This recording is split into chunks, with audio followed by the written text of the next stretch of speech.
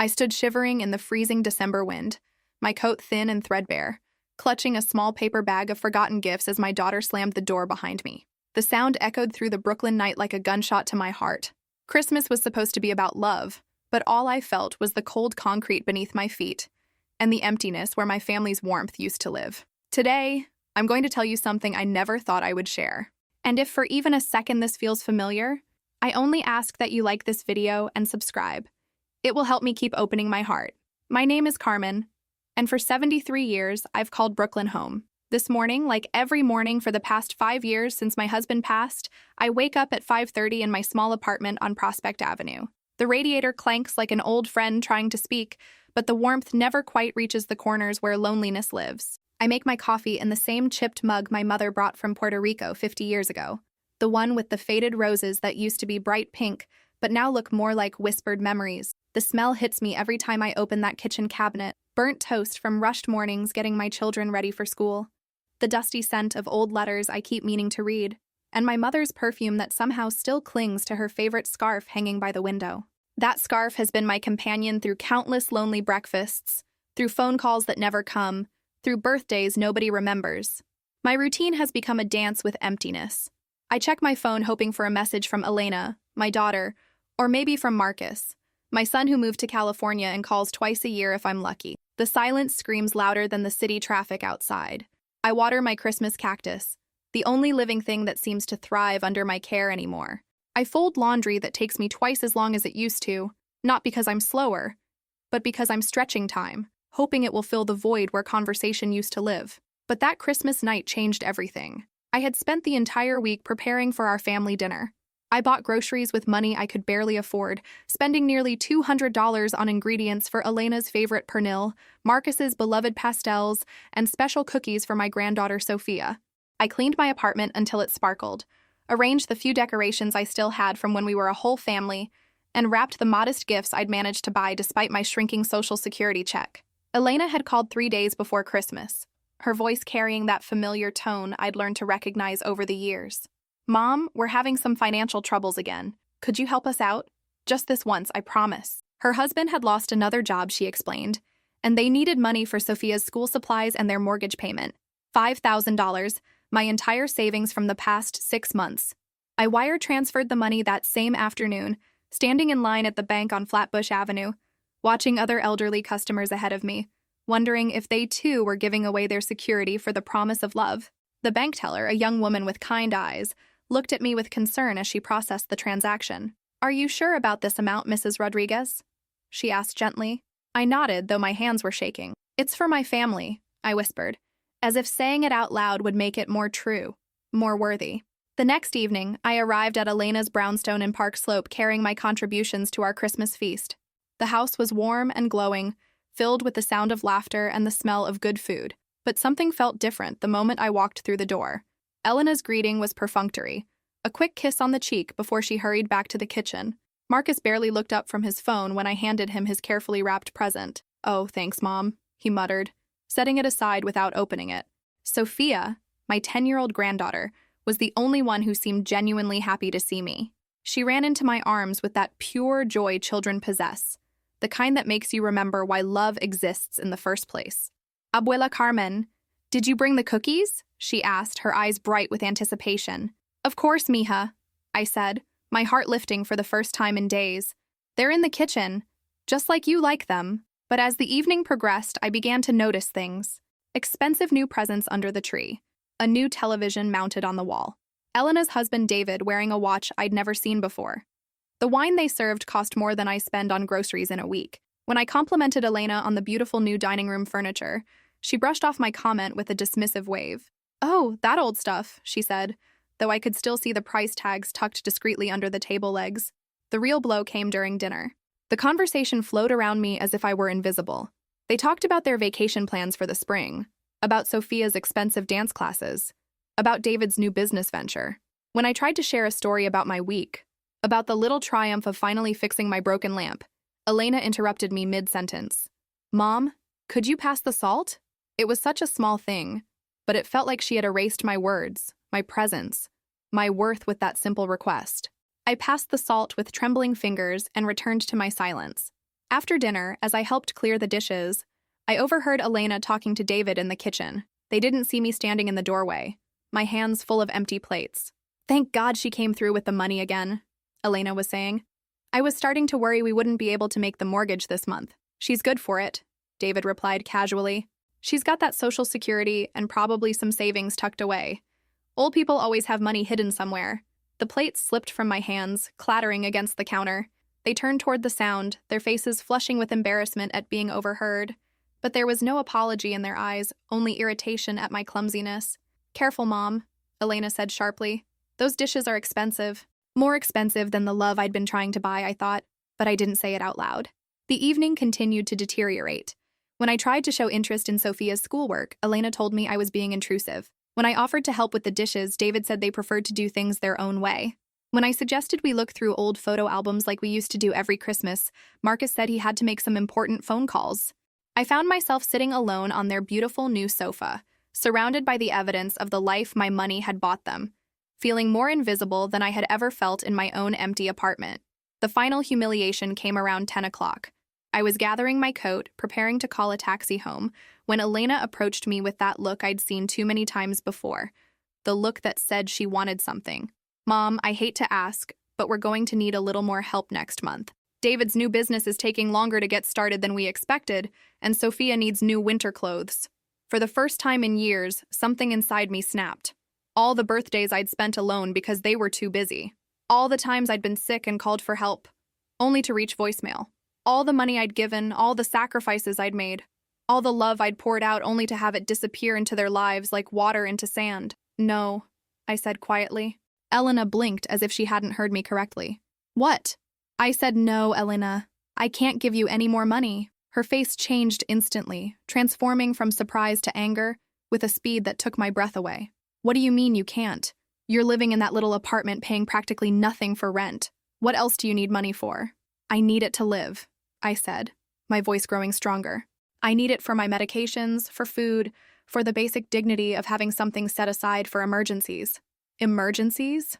Elena's laugh was cold and bitter. Mom, we are your emergency. We're your family.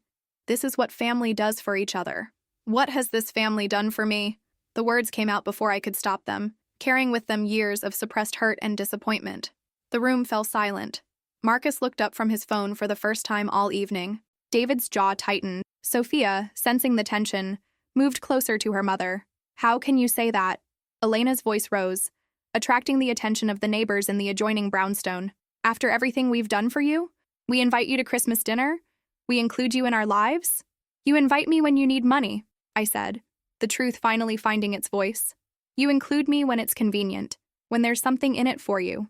That's not true and you know it, Elena shot back. You're being dramatic and manipulative. This is exactly the kind of behavior that drives people away. The accusation hit me like a physical blow. Manipulative. The very thing I'd spent my entire life trying not to be.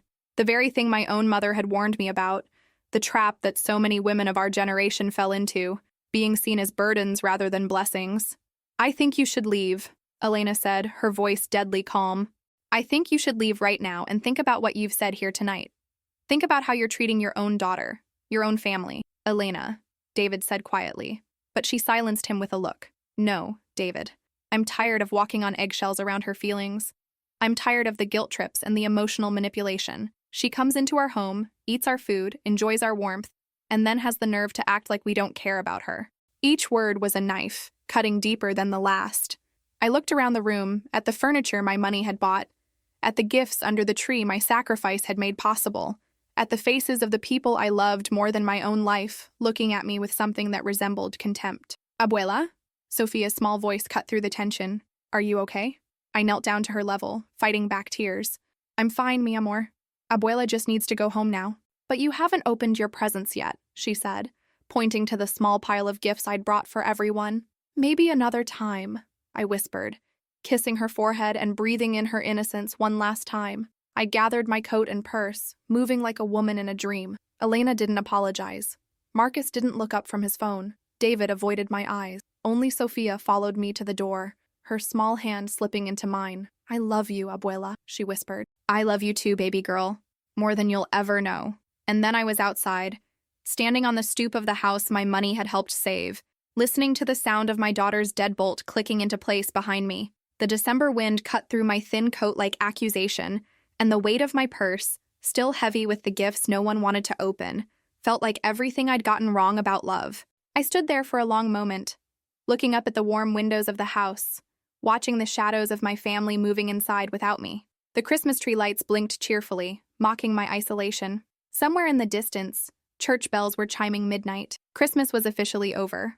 I called a taxi and waited in the cold, thinking about all the Christmas mornings when my children were small, how they used to wake me up at dawn, jumping on the bed with excitement, how our tiny apartment would fill with laughter and the sound of tearing wrapping paper, how Elena used to make me homemade cards with glitter and markers, telling me I was the best mother in the world, how Marcus would save his allowance for weeks to buy me a small present from the corner store, presenting it to me with pride and joy. When had we lost that? When had love become a transaction, measured in dollars and favors? When had my children stopped seeing me as a person and started seeing me as a resource to be depleted? The taxi ride home was silent except for the sound of late-night radio playing softly in the background, Christmas songs that now sounded like morning hymns. Silent Night had never felt more ironic. The driver, an elderly man who reminded me of my late husband, kept glancing at me in the rearview mirror with concern. "You okay back there, lady?" he asked as we stopped at a red light. "I'm fine," I lied, the same lie I'd been telling myself for years. When I got back to my apartment, I sat in my kitchen chair and stared at the gifts I'd brought home unopened, presents chosen with such care, such hope, such foolish love. I opened Sophia's first, a small jewelry box with a ballerina that spun to music. Inside, I'd tucked a note. "For my beautiful granddaughter, who makes every day brighter. Love, Abuela." The note looked pathetic now, desperate and naive. That night, I couldn't sleep. I lay in my bed staring at the ceiling, listening to the sounds of Brooklyn settling in for the night. Sirens in the distance, the couple upstairs arguing in muffled Spanish, the hiss of the radiator trying its best to warm a space that felt permanently cold. I thought about my mother, about the sacrifices she'd made for me and my sibling, how she'd worked 2 jobs to keep us fed and clothed, how she'd never asked for anything in return except respect and love. Had I failed to give her that? Had I been too busy raising my own children to appreciate what she was giving up for me? The thought that I might have loved her the way my children loved me, selfishly taking without giving, made me sick to my stomach. But then I remembered the difference. I remembered the Sunday phone calls that lasted for hours, the way I'd rush to her side whenever she was sick, the pride in her eyes when I graduated from nursing school, the tears of joy when she held her grandchildren for the first time. There had been reciprocity in our relationship, mutual respect, genuine affection that flowed both ways. What I had with my children was something else entirely. The next morning, I woke up with a peculiar sense of clarity. The pain was still there, sharp and fresh, but underneath it was something I hadn't felt in years.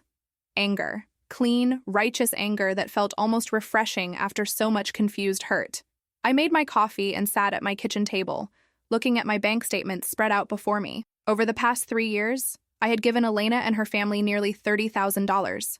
Money for emergencies that seemed to happen every other month, money for Sophia's school and activities, money for David's various business ventures that never seemed to get off the ground, money for their mortgage, their car payments, their lifestyle that was far beyond their means, but somehow my responsibility to support. $30,000, more than I'd spent on myself in the last 5 years combined. I called the bank that morning and spoke to the same teller who'd processed my last transfer. Her name was Jennifer, and she'd helped me several times over the past year. When I explained that I wanted to open a new account, one that only I had access to, she nodded with understanding. "Mrs. Rodriguez," she said gently, "I see elderly customers in your situation more often than you might think. Family members who take advantage of good hearts and generous spirits. You're doing the right thing by protecting yourself." "Am I?" I asked, still uncertain. "They're my children. Isn't this what mothers do?" "Mothers love their children," Jennifer said. "But love doesn't mean enabling behavior that's harmful to both of you. You can't set yourself on fire to keep someone else warm." I'd never heard that expression before, but it hit me like a revelation. How many times had I set myself on fire for Elena's warmth? How many times had I burned through my savings, my security, my self-respect to keep her comfortable? That afternoon, I did something I hadn't done in years. I went shopping for myself. Not for groceries or practical necessities, but for something purely because I wanted it. I walked through the shops on Fifth Avenue, feeling like a tourist in my own life. In a small boutique, I found a soft purple sweater that made me feel beautiful. It cost $80, more than I'd spent on clothes for myself in over a year, but I bought it anyway. Walking home with my shopping bag, I caught my reflection in a store window. The woman looking back at me looked different somehow. Sadder maybe, but also stronger, more real. That evening, Elena called. I saw her name on my phone screen and felt my heart race with a mixture of hope and dread. Maybe she was calling to apologize. Maybe she'd realized how hurtful she'd been. Maybe she wanted to fix things between us. "Mom," she said when I answered, her voice carrying that familiar tone again. "I wanted to talk about last night. I think we both said things we didn't mean. Did we?" I asked. "Well, yes. You know how emotional holidays can be. Everyone gets a little stressed out." She paused, waiting for me to agree, to smooth things over the way I always had before. When I didn't respond, she continued. "Anyway, I wanted to let you know that we're going to need that help I mentioned sooner than I thought. Sophia's school called today, and they need the tuition payment by Friday, or she might lose her spot." The audacity took my breath away. No real apology. No acknowledgement of the pain she'd caused. Just another request for money, as if the previous night had been nothing more than a minor disagreement over dinner plans. "Elena," I said carefully, "I meant what I said last night. I can't give you any more money." "Mom, this is for Sophia. This is for your granddaughter's education. How can you say no to that?" "I'm saying no to the expectation that I should bankrupt myself for choices that aren't mine to make." "Bankrupt yourself?" Elena's voice rose. "Don't be so dramatic. You have that Social Security money coming in every month, and what else are you spending it on? You live in that tiny apartment, you never go anywhere, you never do anything. At least this way your money is helping someone. Someone. As if Sophia wasn't my granddaughter. As if Elena wasn't my daughter. As if I were some stranger being asked to donate to charity rather than a mother being bled dry by her own child." "My money is helping someone," I said quietly. "It's helping me maintain my dignity and independence. It's helping me keep a roof over my head and food in my refrigerator. It's helping me feel like a person instead of an ATM." "An ATM?" Elena's laugh was sharp and cruel. "Is that really what you think, after everything we've done for you? What have you done for me, Elena? Really, I want to know. What have you done for me lately that wasn't connected to getting something in return?" The silence stretched between us like a chasm. I could hear her breathing, could almost feel her scrambling for an answer that would prove me wrong. But the seconds ticked by, and no answer came. "You know what, Mom? I don't need this. I don't need your guilt trips and your victim mentality. David was right about you. You're toxic and manipulative, and frankly, we're all tired of dealing with your drama." The line went dead. I sat holding the phone for a long time, the dial tone buzzing in my ear like an angry insect. David was right about me. They'd been talking about me, discussing me like a problem to be solved or a burden to be managed. How long had these conversations been happening? How long had I been the subject of their frustration and resentment? That night, I did something I hadn't done since my husband died. I cried. Really cried. Deep, ugly, raw sobs that came from a place I'd kept locked away for years. I cried for the daughter I'd raised who had somehow become a stranger. I cried for the son who disappeared into his own life without looking back. I cried for the grandmother who loved her granddaughter desperately, but couldn't afford to buy her love anymore. But mostly, I cried for myself. For the years I'd wasted trying to purchase affection, for the self-respect I'd traded for their presence at holidays, for the woman I used to be before I became afraid of my own shadow, terrified of being alone, willing to pay any price to avoid the silence of my empty apartment. The tears felt like a cleansing, like washing years of accumulated hurt from my soul. When they finally stopped, I felt hollow, but somehow lighter, empty, but clean. Over the next few days, I established new routines. I started taking walks in Prospect Park, something I'd always told myself I was too busy or too tired to do. The winter air was sharp and clean, and the exercise felt good in my bones. I joined a senior citizens group at the community center on 8th Avenue, where I met other people my age who understood what it felt like to be invisible in a youth-obsessed world.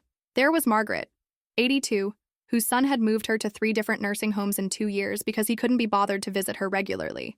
There was Roberto, 78, whose daughter had convinced him to sign over his house to her and then sold it without telling him, leaving him to survive on Social Security in a studio apartment. There was Ruth, 75, whose grandchildren only called when they needed money for college or car repairs. We were a club of the discarded, the taken advantage of, the loved but not respected. But sitting in that circle of folding chairs in the community center basement, sharing our stories over coffee and store-bought cookies, I realized something profound. I was not alone. My experience was not unique. And most importantly, it was not my fault. "The hardest thing," Margaret said one Thursday afternoon, is accepting that the children we raised are not the people we thought they were. Or maybe, Roberto offered gently, they're exactly who we taught them to be by never setting boundaries, never saying no, never demanding respect in return for love. His words stung because they contained more truth than I was ready to face. Had I trained my children to see me as a resource rather than a person? Had my unconditional giving taught them that my love had no conditions, that I would tolerate any treatment as long as they allowed me to remain in their lives? A week after the phone call, Sophia appeared at my door. She was alone, bundled up in a pink winter coat that I recognized as one I'd helped pay for the previous year. Her cheeks were red from the cold, and she was carrying a small piece of paper folded into a square. "Abuela," she said when I opened the door, launching herself into my arms with that pure joy that made everything else seem smaller and less important. I held her tight, breathing in the scent of her hair, feeling her small heart beating against my chest. For a moment, all the pain and anger melted away, replaced by the simple, uncomplicated love that existed between us. "What are you doing here, mija?" I asked, though I was already pulling her inside, already reaching for the hot chocolate mix I kept in the cupboard specifically for her visits. "I walked here from school," she said proudly. "Mom doesn't know. I wanted to give you this." She handed me the folded piece of paper. Inside, written in her careful 10-year-old handwriting, was a letter. "Dear Abuela Carmen, I'm sorry Mom was mean to you on Christmas. You are the best grandmother in the world, and I love you more than ice cream and puppies and even Taylor Swift. I made you this picture of us dancing like we did at my birthday party. Love always, Sophia. P.S. I opened the present you brought, and the music box is beautiful. I play it every night before bed." The picture was drawn in colored pencils, 2 stick figures with big smiles, one tall with gray hair, one small with curly brown hair, holding hands under a rainbow. In the corner, she'd written "My Abuela and me" in bubble letters decorated with hearts. I sat down heavily in my kitchen chair, the letter trembling in my hands. This child, this beautiful, innocent child, was caught in the middle of something she shouldn't have to understand or navigate. She loved me not because of what I could give her, but simply because I was her grandmother. Her love was free and uncomplicated and genuine in a way that adult love rarely is. "Sophia?" I said carefully. "Does your mom know you came here?" She shook her head, suddenly looking worried. "Are you going to tell on me?" "No, sweetheart. But I need to call her and let her know where you are. She'll be worried when you don't come home from school." "She won't be worried," Sophia said matter-of-factly. "She's at work until 7, and Dad's at his new job. I have a key to let myself in." 10 years old, letting herself into an empty house every day after school. 10 years old, walking across Brooklyn by herself to visit her grandmother because she sensed something was wrong. 10 years old, and already more emotionally mature than the adults in her life. I called Elena's cell phone, my heart pounding as it rang. She answered on the 4th ring, sounding distracted and annoyed. "What do you want, Mom?" "Sophia is here with me," I said without preamble. "She walked here from school." "What? How did she—" "Sophia!" I could hear the panic and anger mixing in her voice. "I told her to go straight home after school. God, this is just what I needed today. Elena, she's fine, she's safe. We're just having some hot chocolate and talking. Well, she needs to come home right now. I can't have her wandering around the city by herself. What if something had happened to her?" The irony was lost on her. Worrying about Sophia's safety while leaving a 10-year-old to walk home alone to an empty house every day. "I can bring her home," I offered. "Or she can stay with me until you get off work." "No," Elena said quickly. Just put her in a taxi and send her home. I'll pay for it when the bill comes." Another bill for me to cover, I thought. But I didn't say it. "Elena, we need to talk. Really talk. About Sophia. About us. About what happened on Christmas. I don't have time for this right now, Mom. Just send her home." The line went dead again.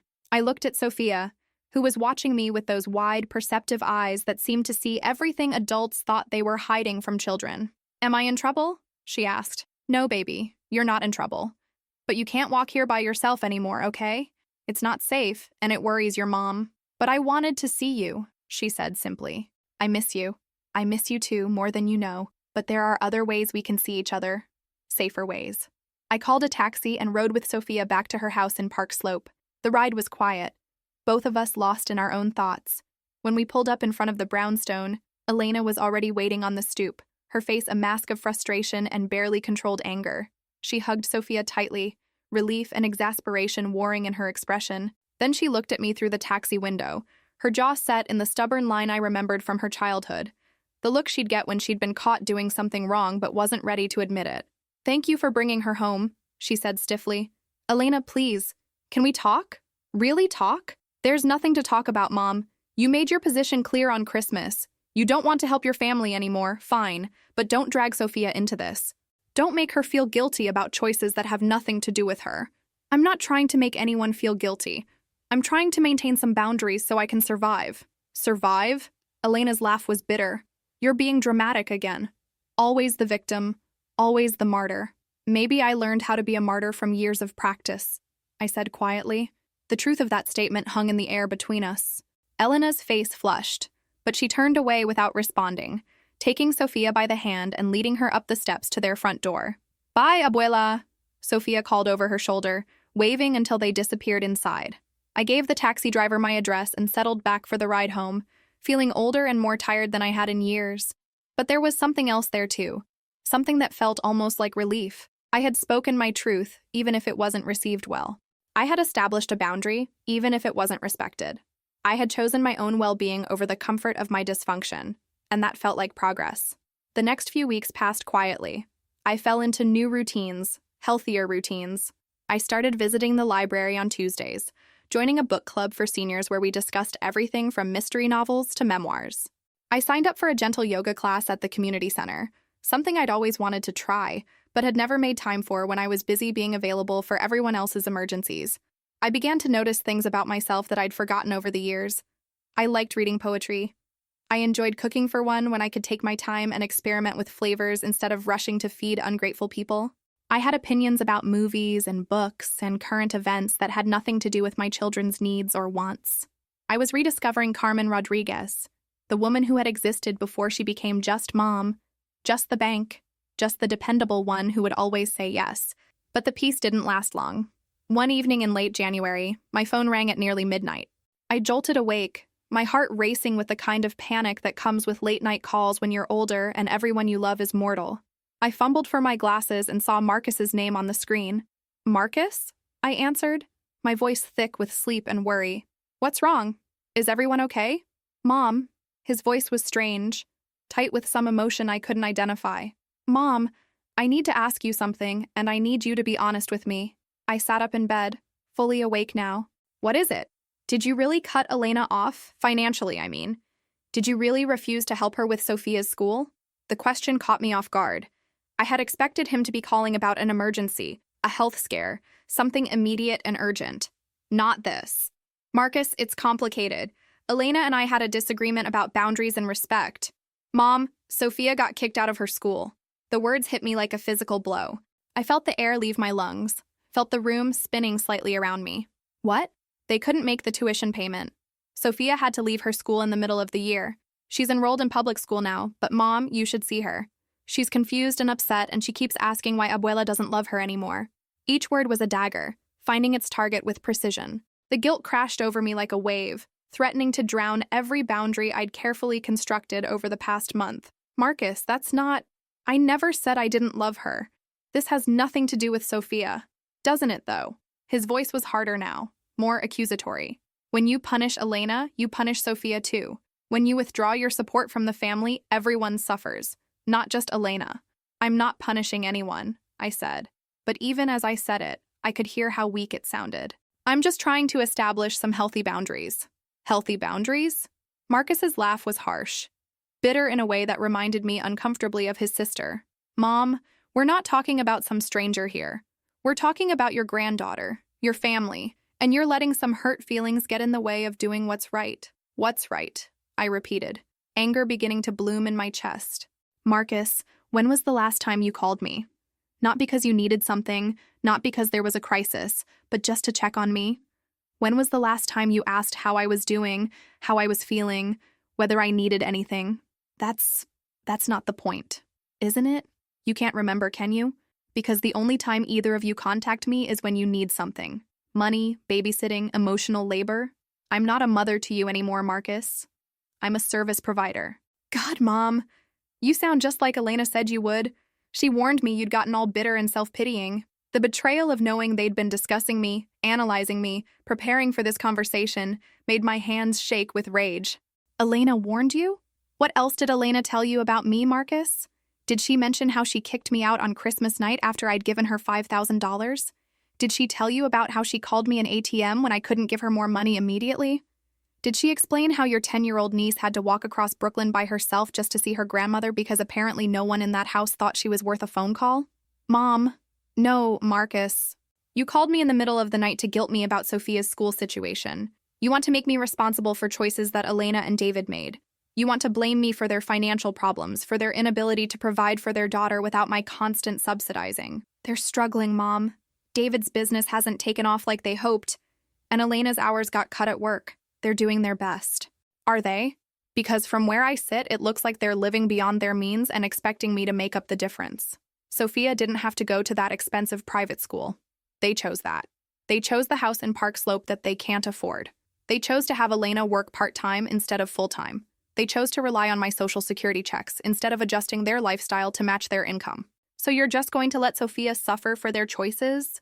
The question was designed to break me, and it almost worked. I thought about Sophia's letter, about her drawing of the two of us dancing together, about her confusion over why her beloved grandmother had suddenly disappeared from her life. Sophia is not suffering because of my choices, Marcus. She's suffering because her parents made commitments they couldn't keep and expected someone else to pay for them. If they cared more about Sophia's stability than their own pride, they would have enrolled her in a good public school from the beginning, instead of using my money to artificially inflate their lifestyle.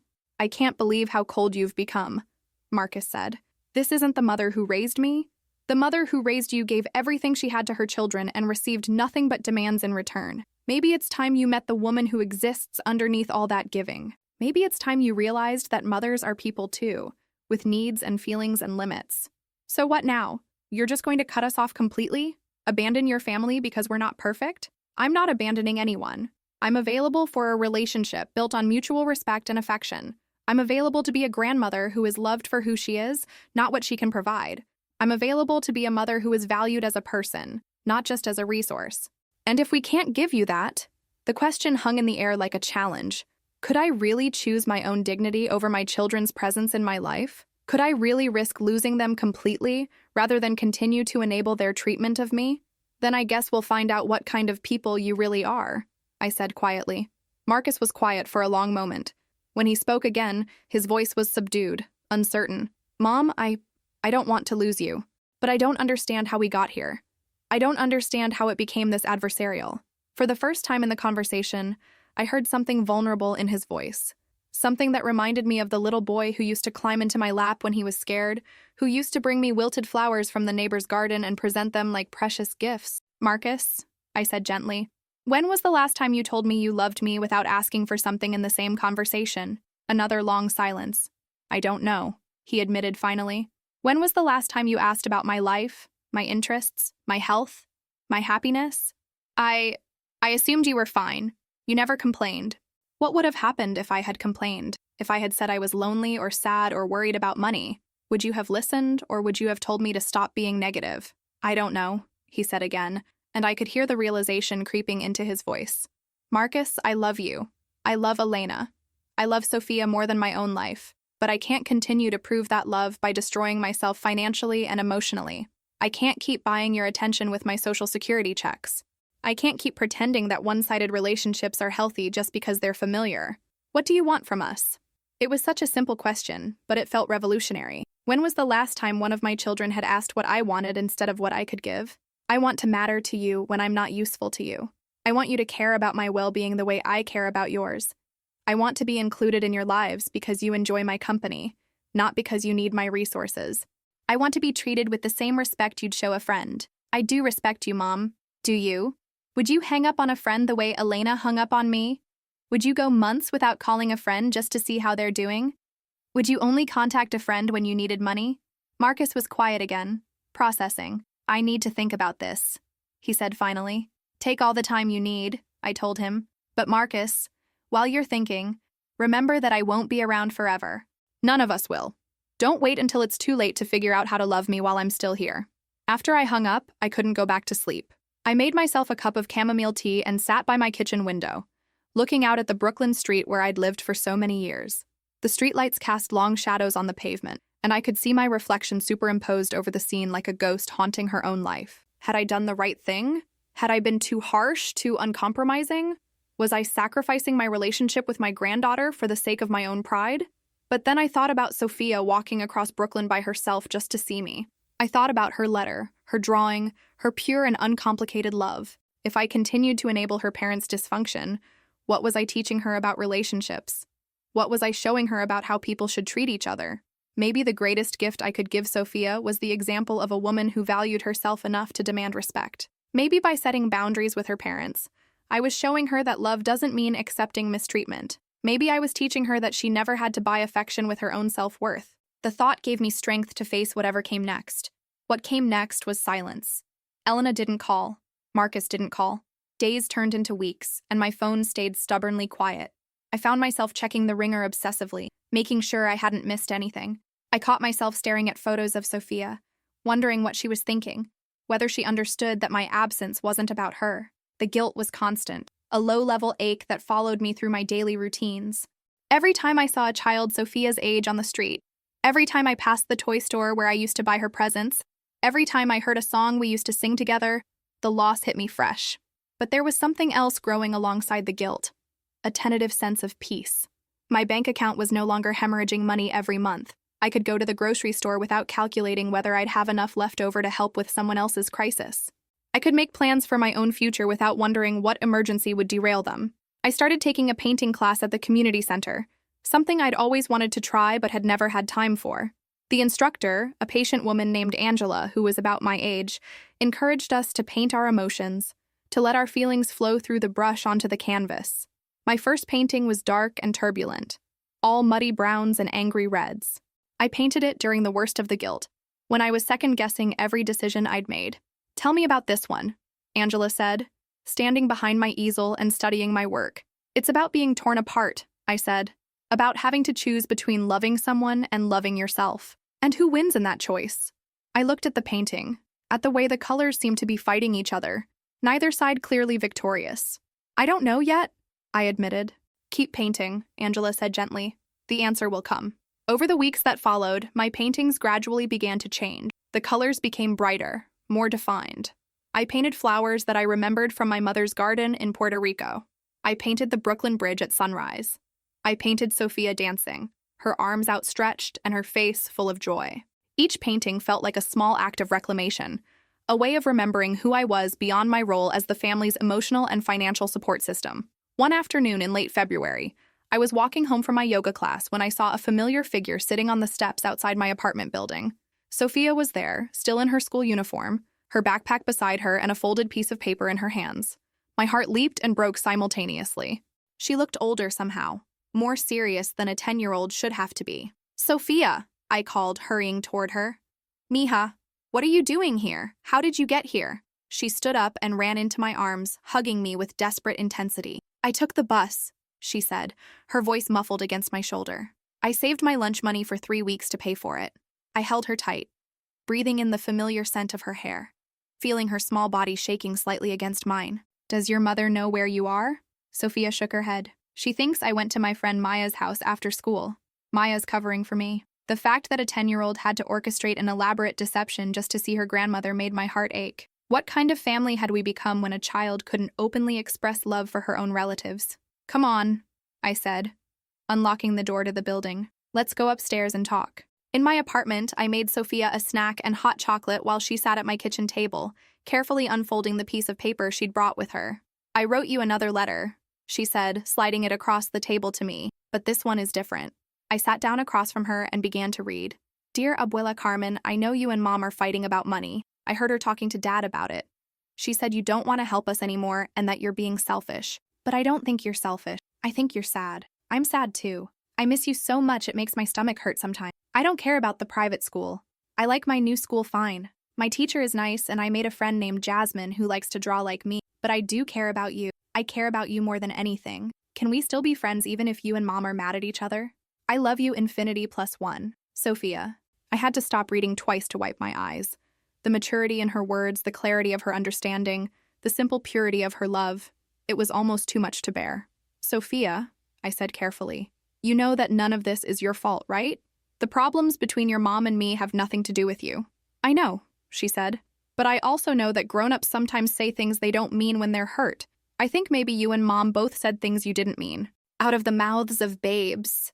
This child saw through the complexity to the simple truth underneath. Two people who loved each other had hurt each other and were both too proud or too hurt to make the first move toward healing. Sophia, I want you to understand something very important. I love you exactly the same as I always have. That will never change, no matter what happens between your mom and me. But sometimes adults have to make difficult choices to protect themselves, even when those choices hurt people they love. Like when you told mom you couldn't give her money anymore. Yes, like that. Sophia nodded thoughtfully, swinging her legs from the chair. Mom says you're being mean and selfish. Dad says old people get weird and bitter sometimes. But I remember how you used to cry sometimes when you thought I wasn't looking. You weren't mean then. You were just sad. The fact that my pain had been visible to a child when it was invisible to my adult children said everything about the level of attention they paid to my emotional well-being. I was sad, I admitted. I felt like I was only important to your family when you needed something from me. That made me feel very lonely and hurt. But we do need you, Sophia said earnestly. I need you to teach me how to make your special cookies. I need you to tell me stories about when Mom was little. I need you to help me with math because you explain it better than anyone else. I need you to be my abuela. Those are beautiful needs, Sophia. Those are the kinds of needs that make me feel loved and valued. But your parents needed different things from me. They needed my money more than they needed my love. And that felt very sad to me. Sophia was quiet for a moment, processing this distinction. So if we needed your love more than your money, you wouldn't be sad anymore? It's more complicated than that, sweetheart. But yes, that would be much better. Sophia reached across the table and took my hand in her small one. I need your love, abuela. I need it more than anything else in the whole world. I squeezed her hand gently, feeling some of the ache in my chest begin to ease. And you have it, mija. You have all of it, always. We spent the next hour talking and drawing together. Sophia showed me pictures she'd made at her new school, and I showed her some of my paintings from the art class. She was fascinated by the colors and the way they seemed to move across the canvas. This one looks happy, she said, pointing to a painting of flowers I'd done the week before. I was feeling happy when I painted it, I told her. And this one looks angry. I was feeling angry when I painted that one. Do you still feel angry?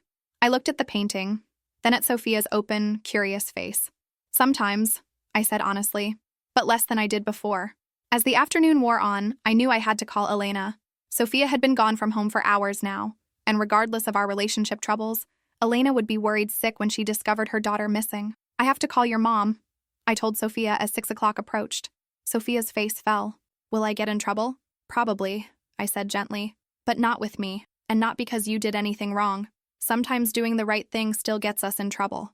I dialed Elena's number with trembling fingers. She answered on the first ring, her voice tight with panic. Mom?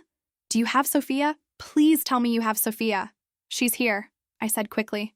She's safe. She took the bus to come see me. Oh, thank God. I could hear Elena's relief, but it was quickly replaced by anger. I can't believe she would do this. I can't believe she would scare me like this. Elena, she misses me. She needed to see me. Well, she can't just take off whenever she feels like it. She's 10 years old. Anything could have happened to her. You're right, I agreed. She shouldn't have to sneak around to see her grandmother. Maybe we need to figure out a better solution. Elena was quiet for a moment. I'll come get her, she said finally. Elena, please. Can we talk when you get here? Really talk? Another pause. I don't know, Mom. I don't know if I'm ready for that. Okay, I said, but I'll be here when you are ready. 20 minutes later, Elena knocked on my door. When I opened it, I saw a woman who looked exhausted and stressed and older than her 38 years. The anger I'd been carrying toward her softened slightly in the face of her obvious struggle. Sophia ran to her mother immediately, and Elena hugged her tightly, relief and frustration warring in her expression. Don't ever scare me like that again, Elena whispered into Sophia's hair. I'm sorry, Mom. I just missed Abuela so much. Elena looked at me over Sophia's head, and for a moment I saw something vulnerable in her eyes, some flicker of the little girl she used to be. We should go, Elena said, but she didn't move toward the door. Elena, I said carefully, Sophia asked me something today that I think you should hear. Elena's jaw tightened, but she didn't leave. She asked me if we could still be friends even though you and I are fighting. She said she needs me to teach her things, to tell her stories, to help her with math. She said she needs her abuela. I never said she couldn't see you, Elena said defensively. You didn't say she could either. And she's 10 years old. She shouldn't have to navigate adult conflicts to maintain a relationship with her grandmother. Elena was quiet, one hand still resting on Sophia's head. I don't know how to fix this, she said finally, and her voice sounded younger, more uncertain than I'd heard it in years. Maybe we start small, I suggested. Maybe we start with what Sophia needs and work from there. You mean like scheduled visits? I mean like treating each other with basic courtesy and respect. I mean like putting Sophia's well-being ahead of our hurt feelings. Elena looked around my apartment, taking in the paintings I'd left propped against the walls, the books from my book club stacked on the coffee table, the general sense of a life being lived independently. You seem different, she said. I am different. I'm trying to remember who I am beyond being mom and grandma. I'm trying to build a life that doesn't depend on being needed by everyone else. Is that why you cut us off? To prove some point about independence? The question still carried an edge of accusation, but there was genuine curiosity underneath it. I didn't cut you off, Elena. I established boundaries. There's a difference. It doesn't feel different to us. How did it feel when I was giving you thousands of dollars every few months while living on Social Security and sacrificing my own security for your choices? Elena flinched at the bluntness of the question. I didn't know you felt that way. Did you ever ask? Another flinch. I assumed. I thought you wanted to help. I thought it made you feel needed and important. It did make me feel needed, but it also made me feel used, and it made me feel like the only value I had to my family was financial. Elena was quiet for a long moment, her hand still stroking Sophia's hair. I never meant for you to feel that way, she said finally. I know you didn't. But intent and impact aren't the same thing. Sophia had been listening to this exchange with the intense focus children bring to adult conversations that might affect their world. Are you going to be friends again? She asked hopefully. Elena and I looked at each other, years of love and hurt and misunderstanding stretching between us. We're going to try, I said carefully. But it might take some time. And some changes, Elena added, looking directly at me. On both sides. It wasn't an apology exactly, but it was acknowledgement. It was a first step. After Elena and Sophia left, I sat in my apartment feeling cautiously optimistic for the first time in months. The conversation hadn't solved everything, but it had opened a door that had been closed since Christmas night. It had allowed both of us to acknowledge that we'd been hurt, and that we'd both contributed to that hurt. Over the next few weeks, Elena and I began to tentatively rebuild our relationship. She started calling once a week, just to check in, to ask about my art class and my book club, and my life beyond being her mother. I started babysitting Sophia one afternoon a week, giving Elena some help with childcare while also ensuring that Sophia and I could maintain our relationship. It wasn't smooth or easy. There were still moments of tension, still conversations that veered into old patterns of demand and resentment, but there was also something new: awareness. Both of us were trying to be more conscious of how we treated each other, more intentional about showing respect alongside love. The real test came in early April when Elena called with another financial crisis. David's latest business venture had failed, and they were behind on their mortgage again. "Mom," she said, and I could hear the old familiar tone creeping into her voice. "I know things have been complicated between us, but we're really in trouble. We might lose the house." My first instinct was familiar. Panic, guilt, the immediate impulse to solve her problem with my money. But I took a breath and waited for that impulse to pass. "That sounds really stressful," I said. "What are your options?" "Well, we could try to refinance, but our credit isn't great right now. We could sell the house and move somewhere cheaper, but Sophia would have to change schools again. Or," she trailed off, Or you could help us with a loan, just until David gets back on his feet." There it was. The test I'd been dreading and expecting in equal measure. "Elena," I said gently, "I can't loan you money for your mortgage." "Mom, please. I know we've had our issues, but this is about Sophia's stability. This is about keeping a roof over your granddaughter's head." The manipulation was subtler now, but it was still there. The implication that refusing to solve their financial problems was the same as not caring about Sophia's welfare. "Elena, Sophia's stability doesn't depend on you keeping a house you can't afford. Her stability depends on having parents who make responsible financial decisions and don't put her in the middle of adult problems. So you're just going to let us lose our home?" "I'm not letting you do anything. Your housing situation is a choice between you and David and your mortgage company. I'm not a party to that decision." Elena was quiet for a long moment. "I don't understand how you can be so cold about this." "I'm not cold, Elena. I'm clear.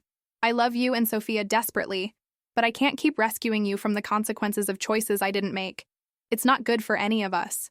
What if I promised this was the last time? What if I signed something saying I'd pay you back?" "Elena, you promised it was the last time 3 times ago, and you've never paid back any of the money I've given you over the years. I never said those were loans. I thought those were gifts. Gifts are given freely, out of love and celebration. What you're describing are emergency rescues that I felt obligated to provide. That's not the same thing. Another long silence. So, what are we supposed to do? You're supposed to figure it out. Together. Like adults. Like parents. Like people who are responsible for their own lives. And if we can't, then you'll face the consequences and figure out how to move forward from there. Just like millions of other people do every day. I can't believe you're doing this to us. Elena, I'm not doing anything to you. I'm just not doing it for you anymore. After I hung up, I sat with the familiar mixture of guilt and relief that had become the soundtrack of my new boundaries. Part of me wanted to call her back, to offer some compromise, some middle ground that would ease her stress without completely abandoning my own needs. But I didn't. I sat with the discomfort, let it wash over me and through me, and reminded myself that Elena's problems were not mine to solve. 3 days later, Elena called again. Mom, I wanted to update you on the house situation. I braced myself for another round of guilt and manipulation. We talked to a financial counselor at the bank. She helped us understand our options better. We're going to sell the house and move to a smaller place in a less expensive neighborhood. David is going back to work for his old company while he figures out what he really wants to do business-wise, and I'm going to increase my hours at work. I was quietly shocked. Elena was describing practical adult solutions to their problem. She was taking responsibility, making tough choices, doing exactly what parents should do when faced with financial difficulties. That sounds like a very mature approach, I said carefully. It is. And honestly, Mom, as scary as it is, it also feels kind of liberating. We've been living beyond our means for so long, trying to maintain this lifestyle that we couldn't really afford. It'll be nice to have a budget that actually works without requiring emergency infusions from family members. The acknowledgement was subtle but clear. Elena was recognizing, perhaps for the first time, how unsustainable their financial pattern had been. How is Sophia handling the idea of moving? Better than I expected. She's sad about leaving her room, but she's excited about the idea of decorating a new space. And the new neighborhood has better public transportation, so... Elena paused. So it'll be easier for her to visit you. The olive branch was small, but significant. I'd like that, I said simply. Mom, I want to say something, and I need you to let me finish before you respond, okay? Okay. I've been thinking a lot about what happened between us, about the things we both said and did, and I think maybe we were both right and both wrong at the same time. I waited, honoring her request not to interrupt. You were right that I was taking advantage of your generosity. I was right that you were our mother and grandmother and that family should help each other. You were right that I wasn't treating you with respect or appreciation. I was right that cutting us off completely felt cruel and sudden. She paused, and I could hear her taking a shaky breath. But mostly, I think we both forgot how to love each other without strings attached. I forgot how to appreciate you for who you are instead of what you could do for me. And maybe you forgot that love sometimes means helping even when it's inconvenient or costly. It was the most insightful thing Elena had said about our relationship in years. So what do we do with that? I asked. I don't know. Start over, maybe? Try to figure out how to be family again without all the old patterns and expectations? I'd like that, I said. But Elena, I need you to understand that starting over doesn't mean going back to the way things were. I can't go back to being the family ATM. I can't go back to feeling like my only value to you is financial. I know, and I don't want that either. It wasn't good for any of us, was it? It wasn't good for Sophia to see love being measured in dollars. It wasn't good for me to feel like I had to manufacture crises to get attention from my mother. And it wasn't good for you to feel used and unappreciated. The honesty was breathtaking. Elena was acknowledging not just the impact of their relationship pattern, but her own role in creating and maintaining it. So how do we love each other better? I asked. I don't know, Elena admitted, but I'd like to learn. Would you be willing to learn with me? That conversation marked the beginning of something new between Elena and me.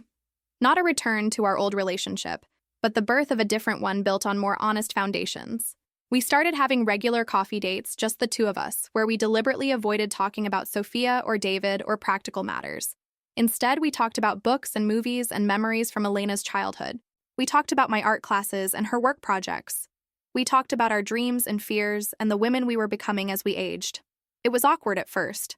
We'd been relating to each other in purely functional terms for so long that we'd forgotten how to simply enjoy each other's company. But gradually, as the weeks passed, those coffee dates became something both of us looked forward to.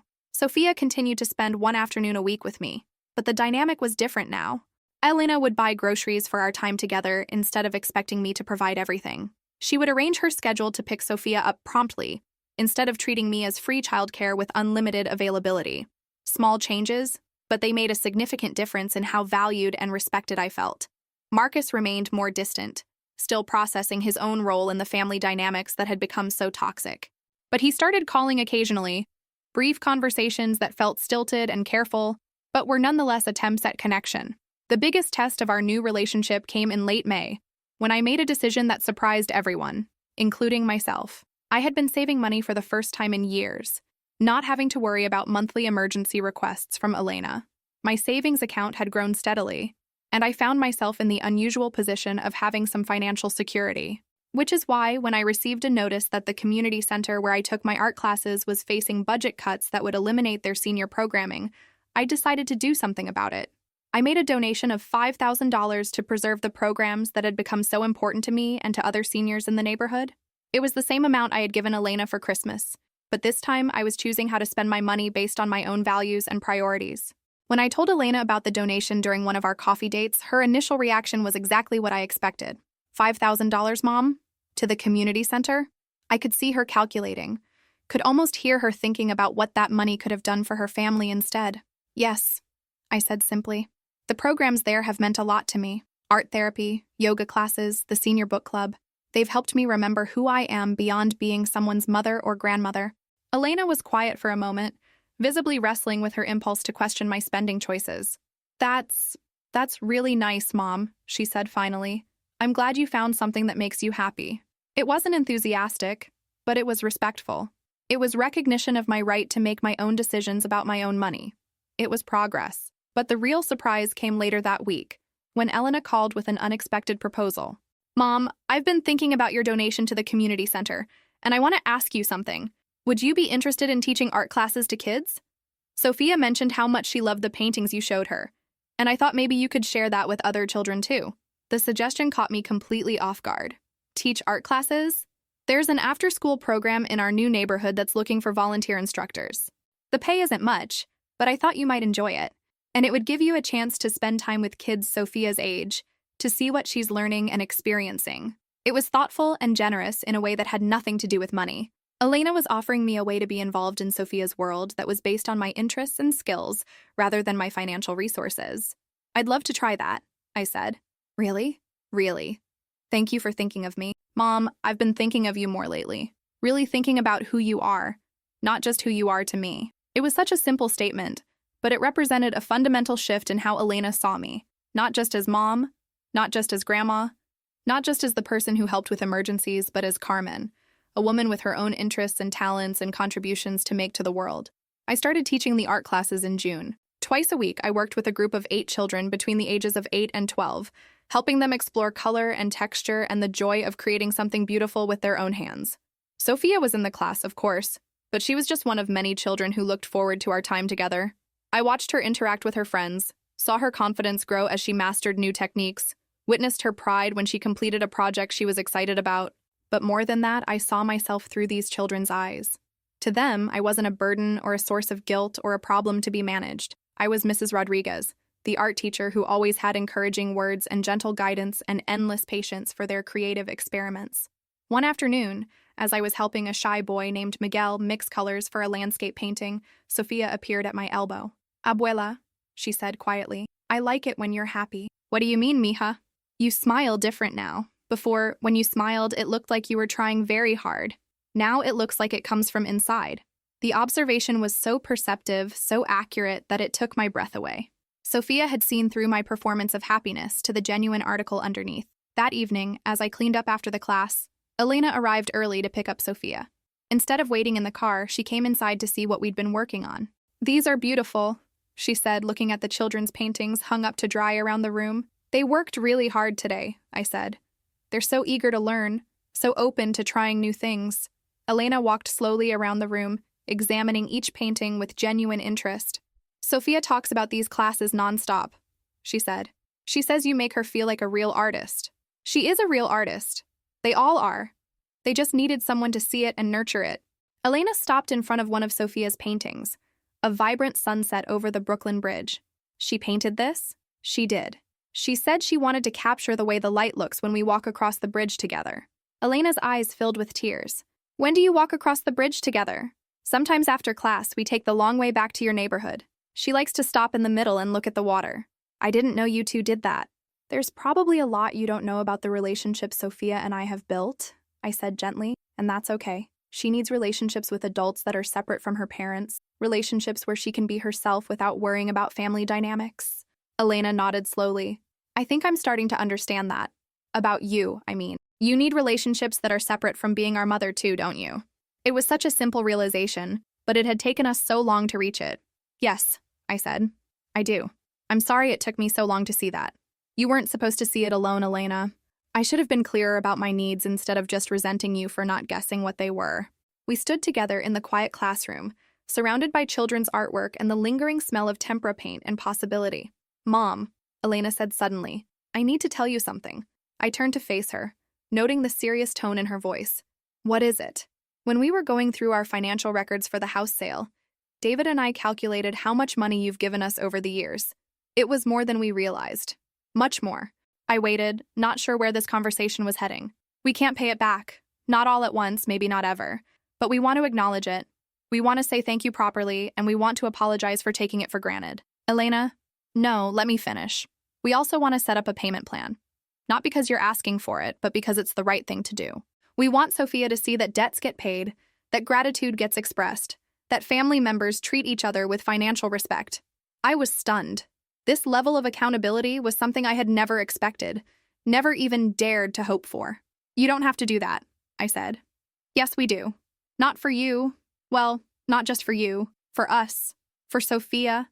For the kind of family we want to be. Over the summer, Elena and her family moved to a smaller house in Prospect Heights, closer to Sophia's new school and much more affordable. Instead of the stressed, overwhelmed woman who had kicked me out on Christmas night, Elena seemed lighter, more relaxed, more present in her own life. David found steady work with his old company and gave up his dreams of entrepreneurship, at least for now. He seemed happier too, less burdened by the pressure to maintain a lifestyle they couldn't afford. And Sophia thrived in her new environment. Her new school had a strong arts program, and she threw herself into drawing and painting with renewed enthusiasm. She made friends easily, and her confidence grew with each passing month. As for me, I continued to discover who I was beyond my role as mother and grandmother. I joined a hiking group for seniors and started exploring the beautiful trails in the parks around New York City. I traveled to Philadelphia to visit an old friend I'd lost touch with years ago. I even started dating a kind man named Robert, whom I met at the community center, something I never thought I'd have the courage to do. My relationship with Marcus improved gradually. He started calling more regularly, and when he came to visit in August, we had our first honest conversation about our family dynamics. Mom, he said as we sat in my small apartment sharing takeout Chinese food, I owe you an apology. For what? For disappearing. For treating you like you were fine on your own while Elena was the one who needed attention and support. For not seeing that you were struggling too. Marcus, I didn't make it easy for anyone to see. I was very good at pretending everything was fine. But I should have asked. I should have paid attention to how you were doing instead of just assuming you could handle everything. We talked late into the night, and for the first time in years, I felt like I was reconnecting with my son as well as my daughter. The real transformation became clear to me in October, almost a year after that devastating Christmas night. Elena had invited me to Sunday dinner at their new house, a modest but comfortable place with a small yard where Sophia could play, and a kitchen that actually felt warm and welcoming.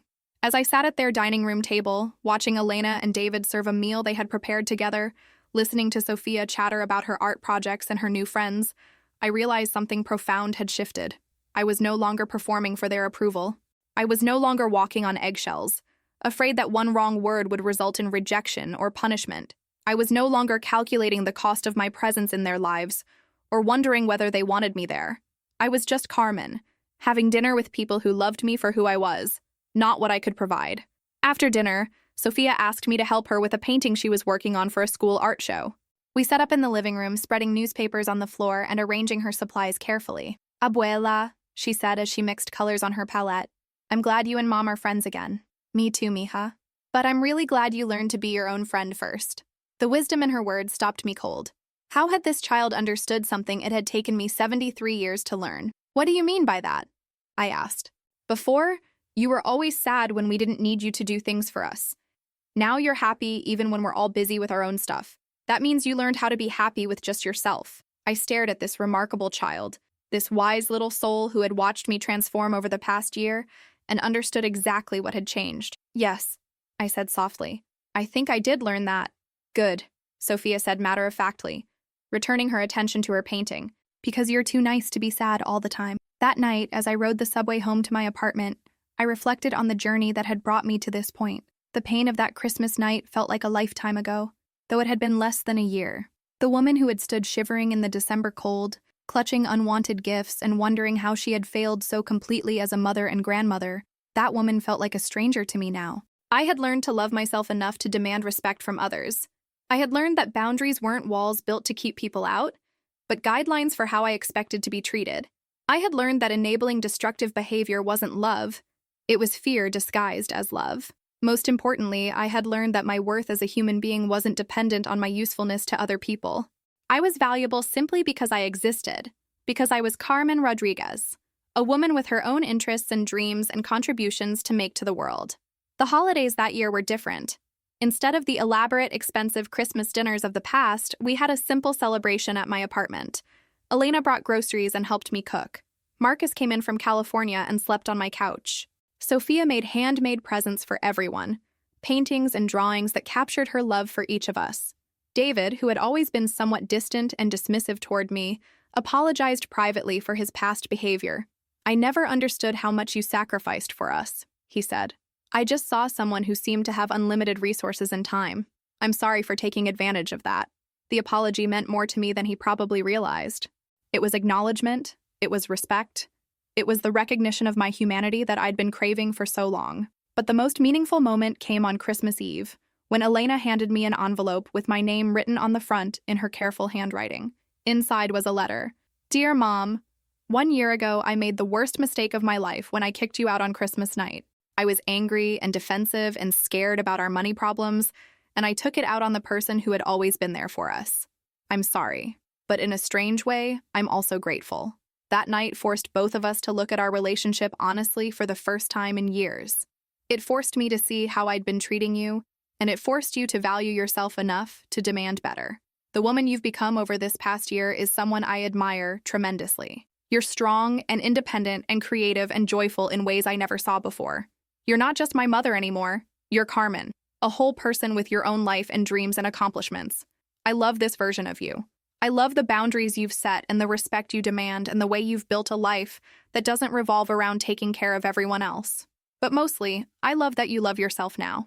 Thank you for teaching me, through your example, that love without respect isn't really love at all. Thank you for showing Sophia what it looks like for a woman to value herself. Thank you for loving us enough to require us to love you better. Merry Christmas, Mom. Here's to many more years of learning how to be family in healthier, more honest ways. With all my love and respect, Elena.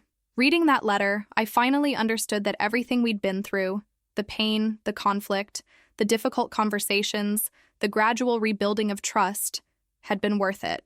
We'd torn down a dysfunctional relationship built on guilt and obligation and financial dependence, and we'd built something better in its place. As I sit here now, looking back on that journey, I want to leave you with the most important lesson I learned. You cannot love someone into loving you correctly. You cannot sacrifice your way into their respect. You cannot buy affection that's genuine or lasting. But you can love yourself enough to demand better. You can set boundaries that protect your dignity while still leaving room for relationship.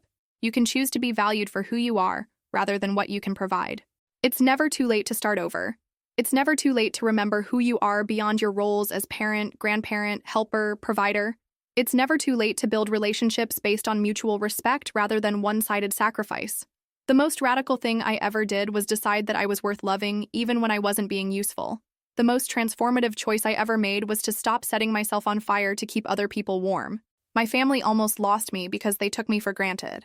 I almost lost myself because I forgot that I was worth more than what I could give away. But we found our way back to each other, and I found my way back to myself. And now our love is real in ways it never was before. That's my story. It's painful, yes. But at its core, it's the story of finding myself when I was lost, of learning to love myself when I had forgotten how, of discovering that the most important relationship in my life was the one I had with myself. Have you ever lived something like this? Have you ever found yourself giving until you were empty, loving until it hurt, sacrificing until you lost yourself in the process? Tell me your story in the comments below. And if this message resonated with you, if it helped you feel less alone in your own struggles with family relationships and self-worth, please like this video and subscribe to my channel. Your support helps me continue sharing these stories, continue opening my heart, continue reminding all of us that it's never too late to choose ourselves. Remember, you are worth loving exactly as you are. You deserve respect alongside affection. You are more than what you can provide for others. Don't let anyone convince you otherwise. Thank you for listening to my story. Thank you for seeing me, for hearing me, for allowing me to be vulnerable with you today. Until we meet again, remember to love yourself enough to demand better. You're worth it.